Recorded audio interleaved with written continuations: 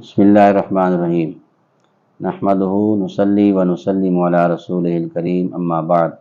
اعوذ باللہ من الشیطان الرجیم بسم اللہ الرحمن الرحیم والبدن جعلناها لکم من شعائر اللہ صدق اللہ العظیم وبلغنا رسولہ النبی الکریم الامین الصلاۃ والسلام علیک یا رسول اللہ وعلی آلک واصحابک یا حبیب اللہ۔ حمد و صلاۃ کے بعد آج ہم آپ کو یہ بتانا چاہیں گے کہ جو قربانی کی فضیلت ہے، جو قربانی کا مرتبہ اور مقام ہے،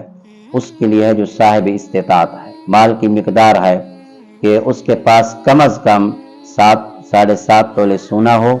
یا 52.5 تولے چاندی ہو یا اس کے برابر اس کے پاس کوئی رقم ہو، تجارت کا کام ہو یا گھر کی ضروریات سے زائد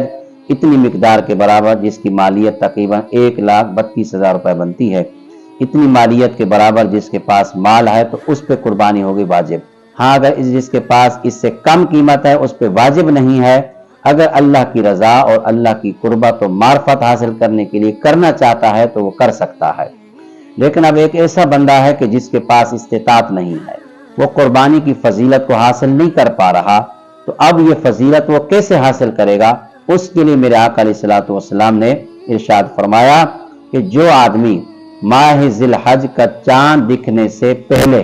یعنی جیسے چاند دکھے اس رات سے اپنے بال اور ناخن کاٹنا چھوڑ دے، یعنی اس سے پہلے کاٹ لے، ان 10 دنوں میں نہ ناخن کاٹے نہ بال کاٹے،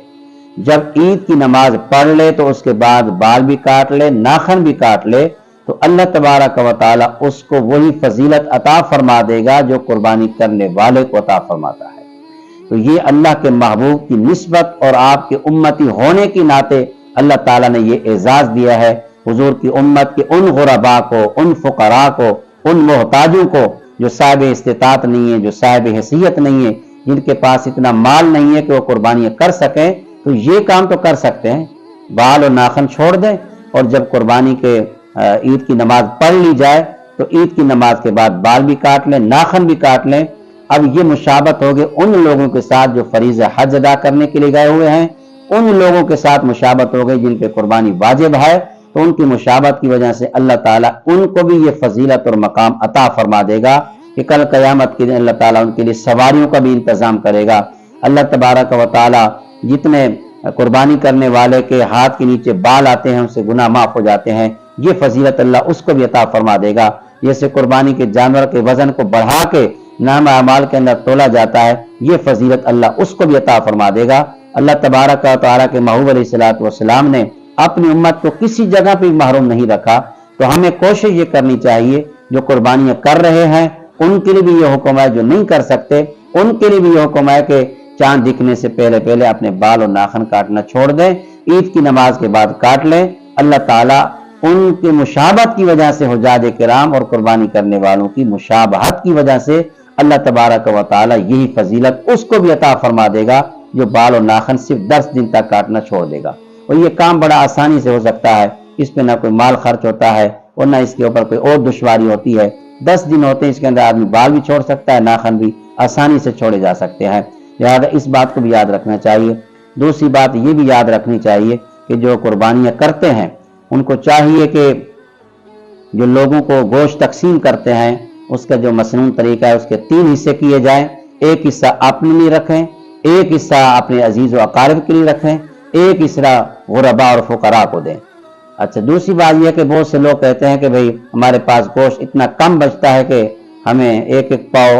1.5 پاؤ دینا پڑتا ہے، یعنی تھوڑا سا۔ تو شریعت آپ کو یہ حکم نہیں دے رہی کہ آپ سارے رشتہ داروں کو دیں، آپ اس گوشت کے 10 حصے بنا لیں، 10 کلو بچ رہا ہے، 1 کلو ایک بندے کے گھر پہنچائے، کم از کم اتنا ایک بندے کو دیں کہ وہ ایک ٹائم کا تو کھانا پکا کے کھا سکے۔ لہذا اس چیز کو ذہن سے نکالیں، اگر آپ 50 کے بجائے ان 10 کو دے دیں جو آپ کے گوشت سے ایک ٹائم کھانا پکا کے کھا لیں گے، ان کے دل سے جو آپ دعا نکلے گی وہ اللہ کی بارگاہ میں قبول ہو جائے گی۔ کہ فرض واجب نہیں ہے کہ آپ 10 کلو گوشت کے 50 حصے کریں، آپ وہی جو ہے 20 بندوں کو دے دیں، آدھا کلو دے دیں، تو اتنا گوشت ایک بندے کو پہنچائیں کہ وہ ایک ٹائم کا کھانا آسانی سے پکا سکے۔ لہذا گوشت کو تقسیم اس انداز سے کریں۔ بہت سے لوگ کیا کرتے ہیں کہ اچھا گوشت اپنے لیے رکھ لیتے ہیں اور جو ہلکا ہوتا ہے وہ تقسیم کرتے ہیں، ایسا نہیں کرنا چاہیے۔ ترجیح نہ دے، گوشت آدمی پورا سال کھا سکتا ہے،